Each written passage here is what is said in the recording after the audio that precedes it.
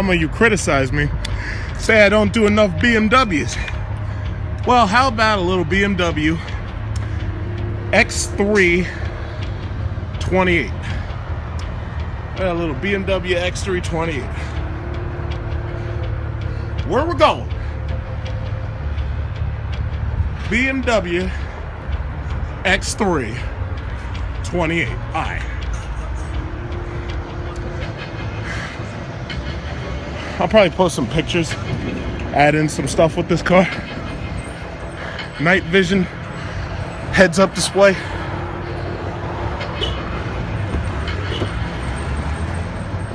Okay, so inside, typical BMW.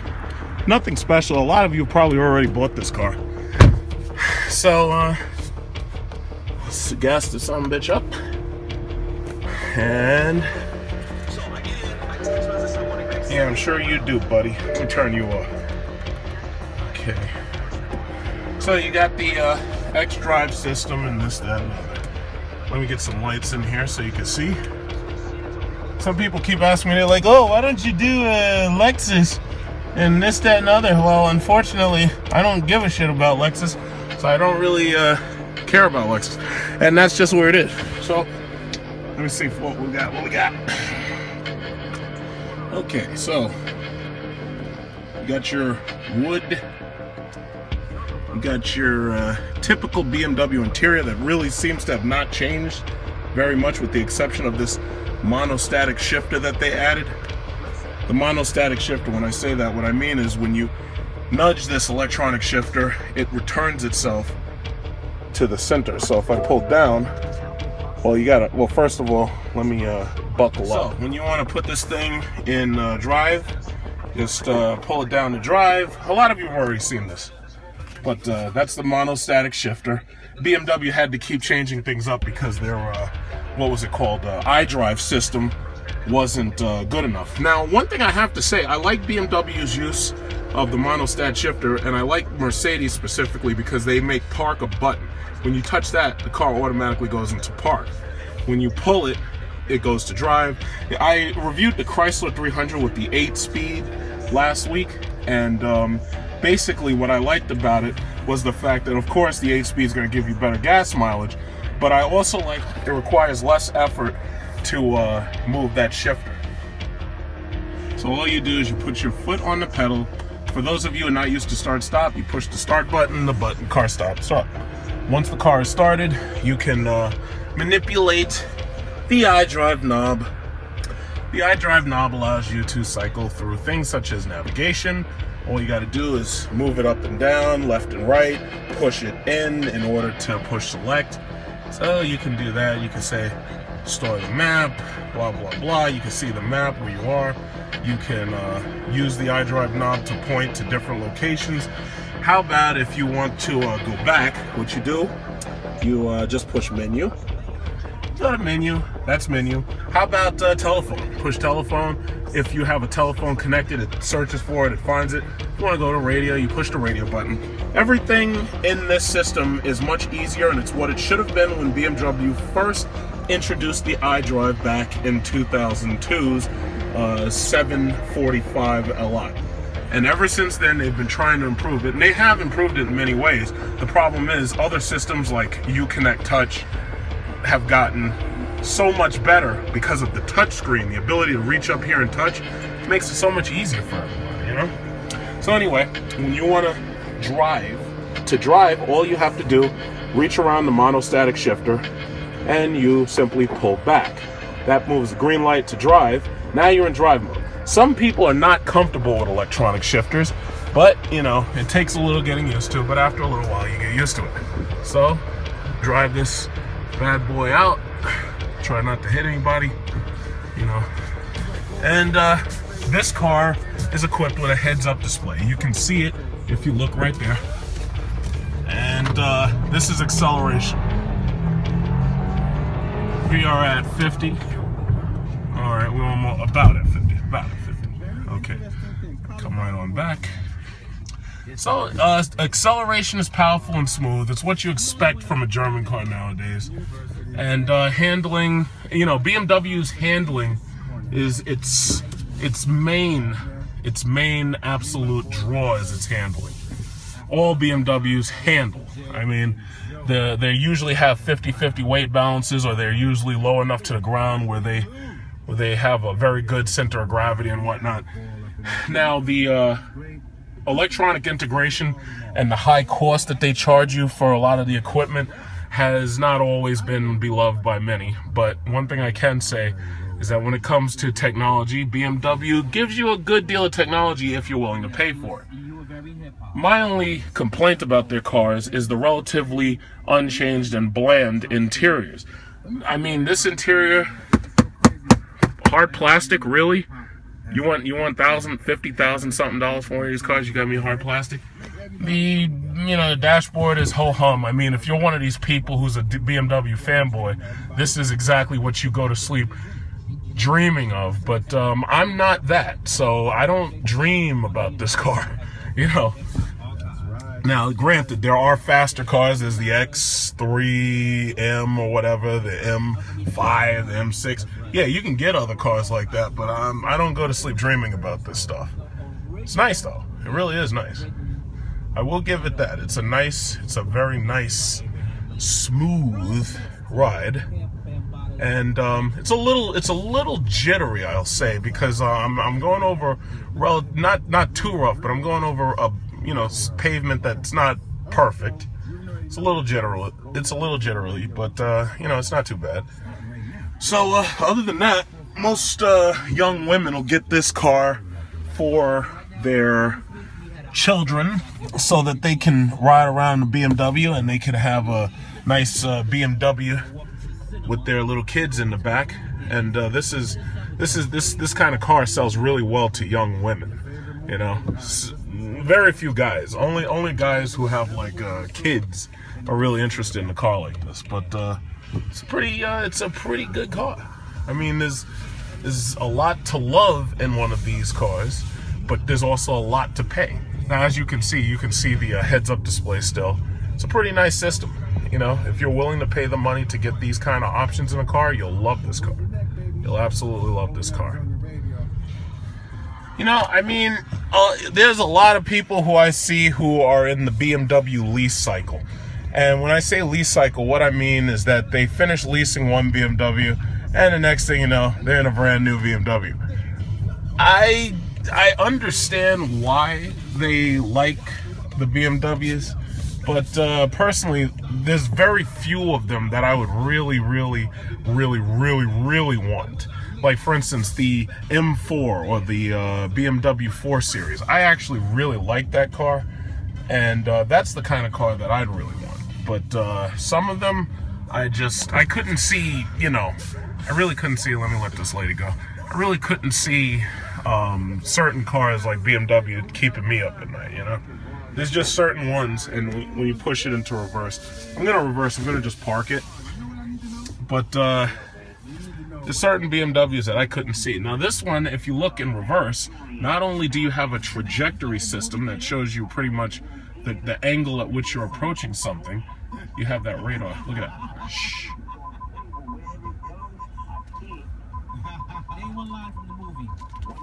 Okay. That's a pretty neat system. Let's put it in drive. You put it in drive, that turns off. And it also shows you proximity alerts to angles to your right, to your left, behind you. If you get in the red, you're doing something wrong. Stop doing what you're doing if you get into the red. Let's go back into that reverse again. Look at that. Look at that. That's actually a pretty interesting feature. Now, I have that on my SRT model, Chrysler 300. And I have it in front and I have it in back. So I have the feature, but the way this car presents it is, just very different from the way my car presents it. My Jeep has the same feature too. It's actually a pretty interesting, and it's an easy to use feature because it pretty much does everything by itself. Over here, you've got the headlight system. You could turn it to daytime running lights, or you could turn it to low beams, or you could keep it on auto, which is probably the best thing to do since, you don't want to forget to change certain things, like when you change things. No, over here, this is where I'm going to criticize BMW. Notice that you can't see left or right for your window switch. The left and right button is here, but I would have to turn on my camera light in order to show it to you. That's stupid. The button for closing the mirrors and folding the mirrors is right there, but you can't see it because it's not lit. BMW, what are y'all doing? I thought you were engineering the perfect driving machine. I can't even see the goddamn mirrors when I want to see them. How about left and right to turn the driver and passenger mirror? I can't even see that because it's not lit. Hello? BMW? Hello? Anybody home? What's going on? There's a button right here for the high beams, and there's also a button that activates low beams on the, the fog lights if they're so equipped in your car. As for climate control, the easiest thing you can do is just put it in auto. I find myself putting everything either on auto, or if it's hot, I just turn everything like way up. You can push auto on this side, you can use the dual zone, you can push on that side, you can make it maximum AC, or you can just go auto AC. Easy enough, right? Simple, anybody could do it. Now, a lot of the stuff in here is well designed. I mean, it's got nice aluminums, it's got nice, chrome where you need it. These seats are like vinyl. So, it's vinyl. So anyway, right up here, you have the, panoramic moonroof. I'll turn that radio off. You have the panoramic roof, if you can even see that, because it's dark.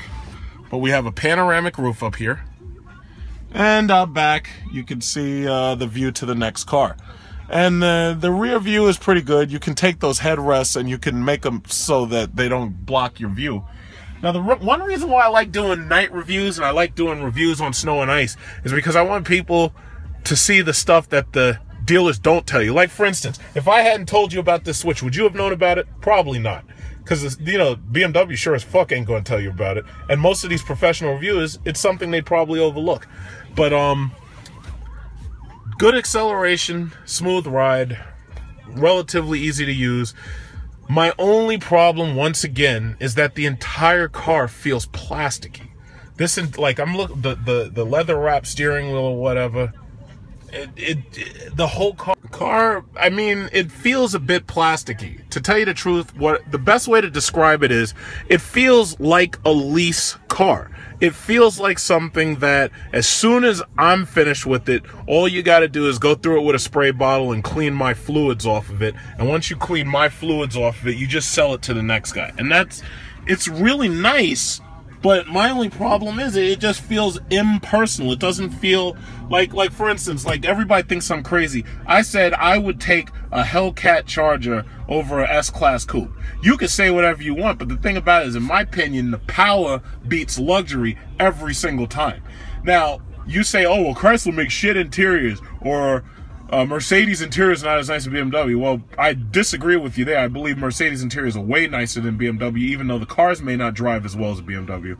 But what I gotta say is that when it comes to overall power and personal feeling of a car, I'll take a SRT Hellcat over anything the Germans got, with the exception of probably a Lamborghini Aventador or a Bugatti Veyron Supersport, which, by the way, is still the world's fastest, most powerful, street-legal production car, according to Guinness Book of World Records. So don't let the movie Need for Speed trip you up.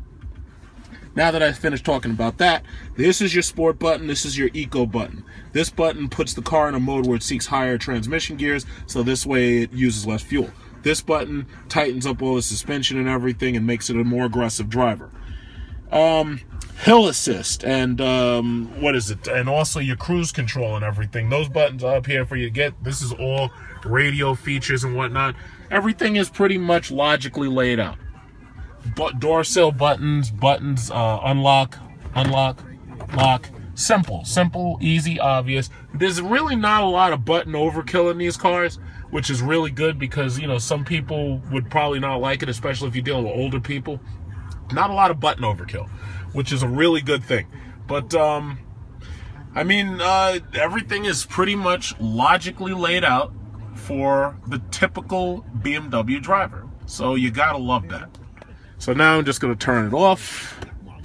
Let's get out. Push on the lock. Okay. I don't want to get hit. Okay. I parked it in better light, so this way it's easier to see. BMW. Welcome to BMW. My name is Hans Kraut member. My name is Hans, and this is Gunther and Adolf. Oh man, see, it's pretty dark out here, so I guess while I'm showing you this, I could test the iPhone's low light capabilities, right? It's pretty dark out here, but this thing has a really good transition. Let me go over here. Woo. So that is the BMW X3 28i. I'm playing around with the focus. I'm sorry about that. Now, I've already done the Mercedes E-Class, so I won't even look at that. But I just posted a GLA, Mercedes GLA, and I'm going to post another video for the GLA 45. I don't know how I want to do that, whether I want to do it in snow, ice, or night or something, because I'd really like to do it in ice, but right now it's not snowing. So this is the BMW X3 28i. So I hope you enjoyed it. Let me just turn the lights off. Alright, where the fuck is that button? Oh, nope, that's not it. Oh, there we go. Okay. Hope you enjoyed it. Oh, and before I go, maybe you should look at the back. I don't know. Yeah, here's the back. You've probably already seen this before, but you know, I like being thorough. Yeah, there's a decent amount of space back there for most people. Power trunk. Driving one of these cars at night with all this technology and everything, it really makes a big difference. You know? Okay. And then you reach over here, you push this button, everything lights up so nice. Push lock. Right? Cool, right? Cool. Right? Cool? Okay. Well, any questions about this car, feel free to ask. I'll answer them as soon as I get them. Thank you for tuning in once again to the Truth About Cars from the Big Truck Series perspective.